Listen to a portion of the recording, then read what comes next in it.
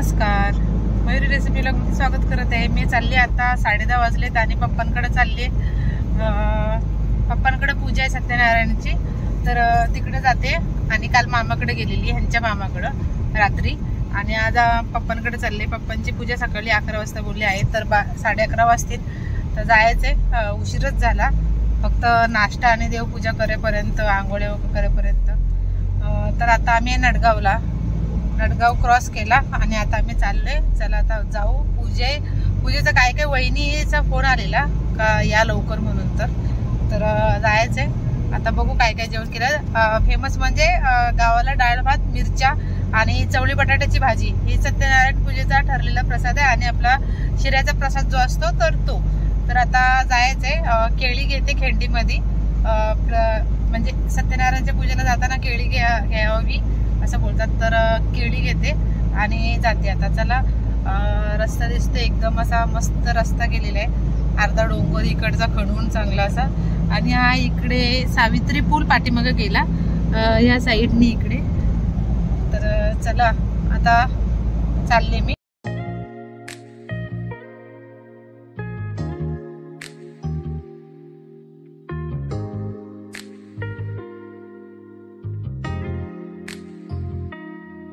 आणि गाडी लावले पुढं पाठीमागं, आणि इथे ईशान बघा चाललाय, आणि इथे पप्पांचे मित्र राम्या काका हे बघा आलेलं आहे आमचं घर।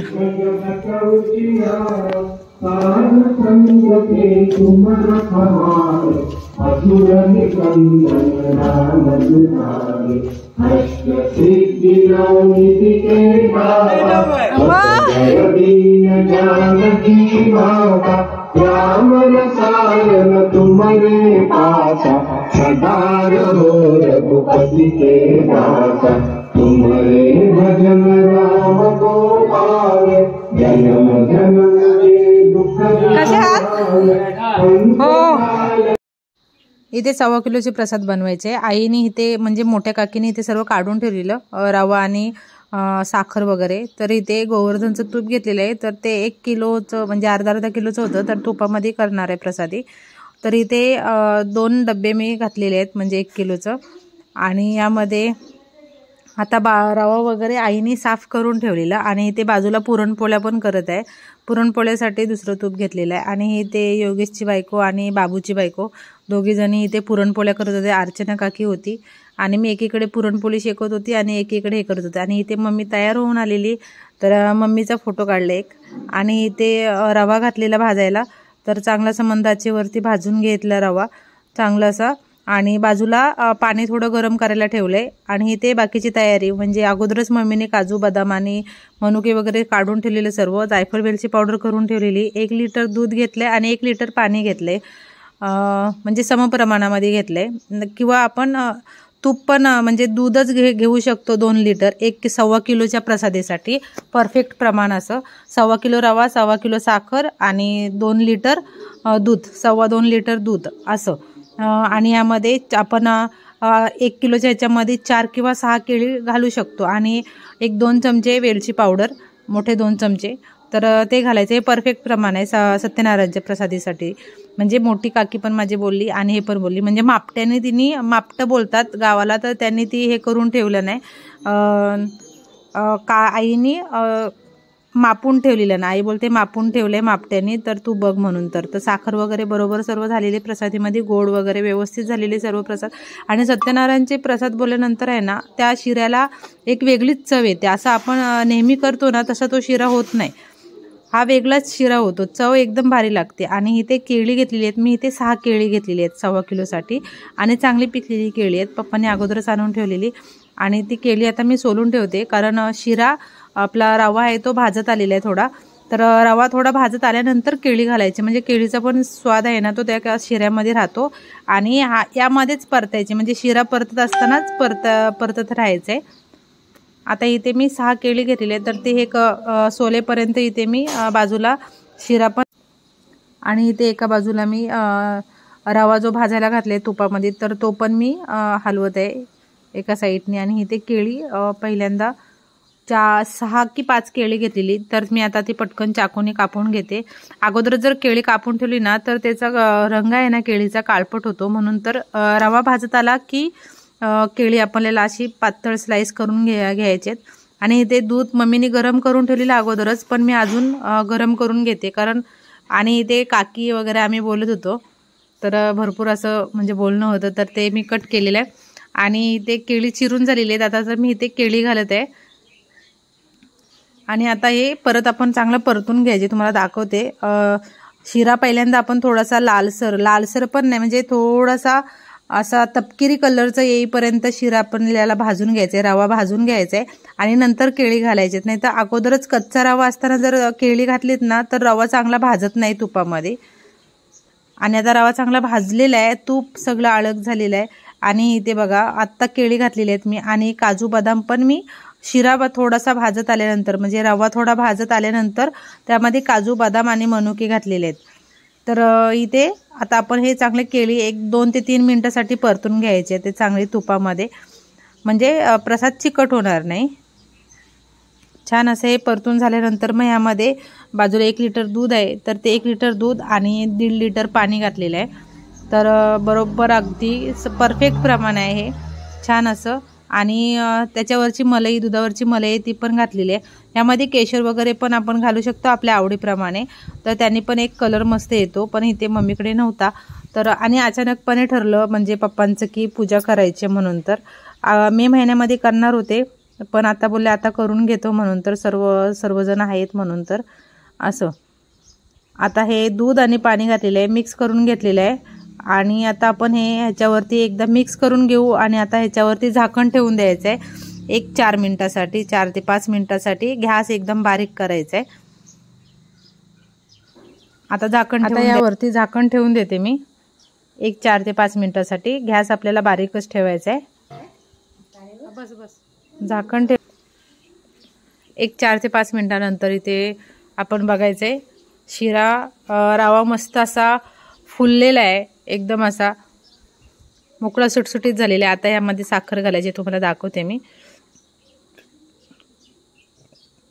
मिक्स करून घेऊ, छान असं मिक्स करून घेतलं। हे बघा एकदम असा तुम्हाला दिसत असेल, पुढे नंतर मी कॅमेरा पुढे करून तुम्हाला दाखवते।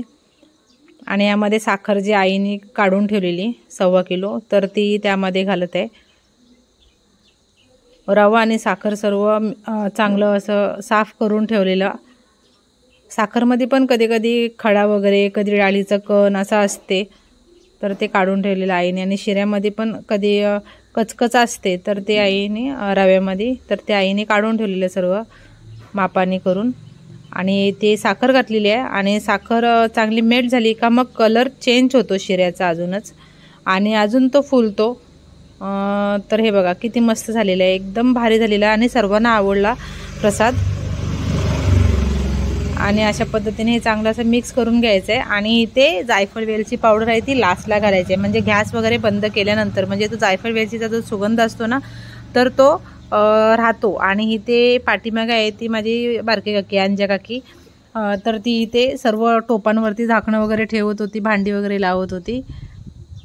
आणि आता इथे प्रसाद झालेला आहे, आणि इथे मी गॅस बंद केलेला आहे, आणि इथे मी 2 चमचे जायफळ वेलची पावडर करून ठेवलेली अगोदरच, तर ती घालत आहे। आणि परत एकदा मिक्स करायचे आणि तुळशीचं पान ठेवून द्यायचे प्रसादी। पूजा होत आलेली आहे आमची आता, तर मी तिथे टोप हा घेऊन काकी जाईल तिथे पुढे। आणि तुम्हाला असं मी मिक्स करत असताना तुम्हाला समजत असेल किती असा प्रसाद छान झालेला आहे, एकदम मोकळा झालेला आहे आणि फुललेला पण आहे भरपूर छान असं। तर आता हा प्रसाद तयार झालेला आहे। यावरती एक तुळशीचं पान घालूया, कारण सत्यनारायण महाराजांना प्रसादी दाखवायची तर त्यामध्ये तुळशीचं पान पाहिजेच, तुळशीशिवाय प्रसाद अपूर्ण।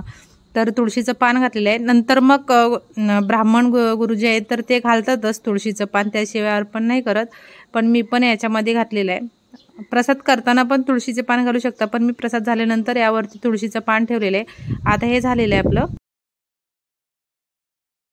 प्रसादी झालेली आहे। आता जेवण काय काय ते तुम्हाला दाखवते। इथे जिलेबी आणलेली आहे पप्पाने, लोणचं आहे घरीच केलेलं आहे ते, आणि भात केलेले, अर्धा भात उपसून ठेवला इथे, पापड तळून ठेवले तिथे अर्चना काकी आणि मीनाक्षी काकी, अंजा काकी इथे बसलेले आहेत दोघे जणी गप्पा मारत. आणि इथे शिरा जो करून ठेवलेला म्हणजे प्रसाद, तर तो इथे ठेवलेला आहे खाली उतरवून. आणि इथे बादलीमध्ये पाठीमागं मम्मीने पाणी ठेवले भरून. इकडे भांडे अर्धे घासलेले आहेत काकीने ते तिथं ठेवले ते. यामध्ये भात अर्धा आहे अजून. आणि इथे डाळ आणि भाजी. तर भाजी इथे कसली आहे, चवळी बटाट्याची भाजी जी सत्यनारायण प्रसादीला आमची इथे गावात केली जाते. आणि ते थोडीशी डाळ आळणी काढून ठेवलेली आहे. आणि इथे डाळ आहे पण ते पातेलं गरम आहे म्हणून तर मी काय हात लावलेला आहे. आणि हा पाठीमागचा आमचा परसाव. इथे झाडं आहेत, पेरूचं झाड आहे, कढीपत्त्याचं झाड आहे, अशी झाडं लावलेली आहेत. आणि इथे ही आमची बैलगाडी. आणि ह्याला आम्ही बोलतो बोलातनं जायचं म्हणून, तर जो गॅप आहे तो. आणि हा इथं वाड आहे. आणि बघा इथे गाईला असा आवाज दिल्यानंतर लगेच गाय असे खिडकीतून येते. तर ही गाय आमची आलेली अशी. आणि इथे हा बोल आहे. आणि इकडे काकीही बसलेली आहेत. हा किचन आहे आमचं छोटंसं. अर्चना काकी इथे बसले. आणि इथे मोठी काकी म्हणजे आई आम्ही बोलतो मोठ्या काकीला. आणि पिऊ इथं आलेला आहे, म्हणजे भावाचा मुलगा माझा भाचा. आणि इथे गौरव, आई आणि पप्पा मम्मी इथे पूजेला बसलेले आहेत. चला आता आपण पुढे व्हिडिओ कंटिन्यू करूया.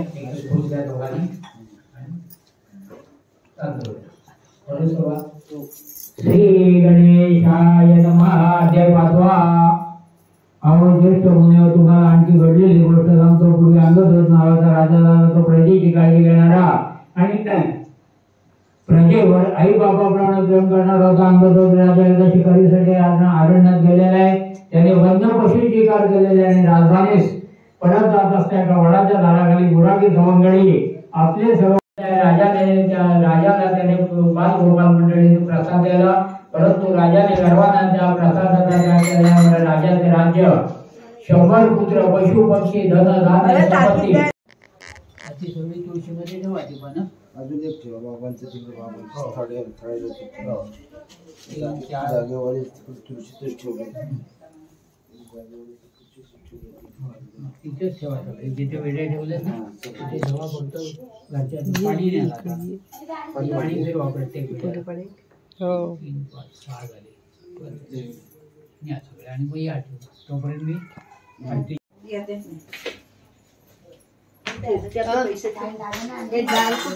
माझी गटली कुठे ठेवली डालीची.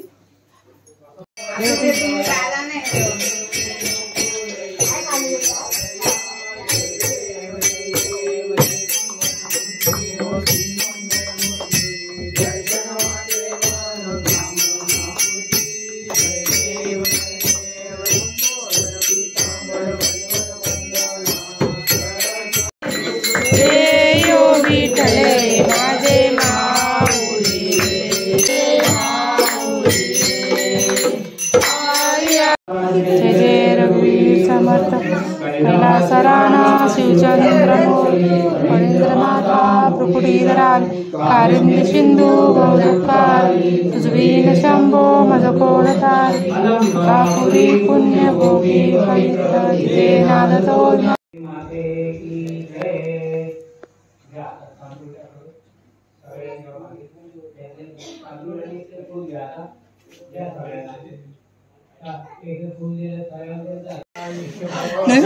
तू आलीच नाही ती, ह्यानी नाही आणलं, ह्यानी नाही आणलं. कुठे म्हणतो ना आम्ही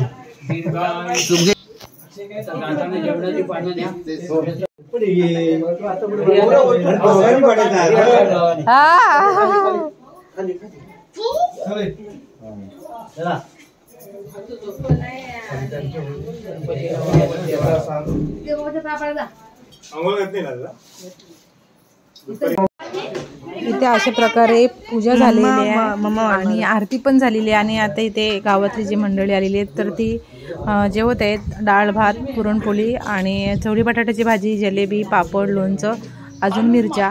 तर अशा प्रकारे ही सर्व आमची घरातली मंडळी, काकी, नानी, ही सर्व गावातली मंडळी सर्वजण जेवत आहेत आणि छान असं जेवणाचा आस्वाद घेत आहेत. नंतर मग हे सर्व झाल्यानंतर अंगण वगैरे लोटून काढल्यानंतर जी काही भांडी होती तर ते गावातले जे काकी होत्या सर्व महिला मंडळ तर त्यांनी सर्व ती भांडी वगैरे साफ करून ठेवलेली आहे. इथे उषा मावशी आणि पाठीमागे जो बघितला तो अक्षय आता जो लग्न शॉर्ट व्हिडिओ अपलोड केलेला आहे.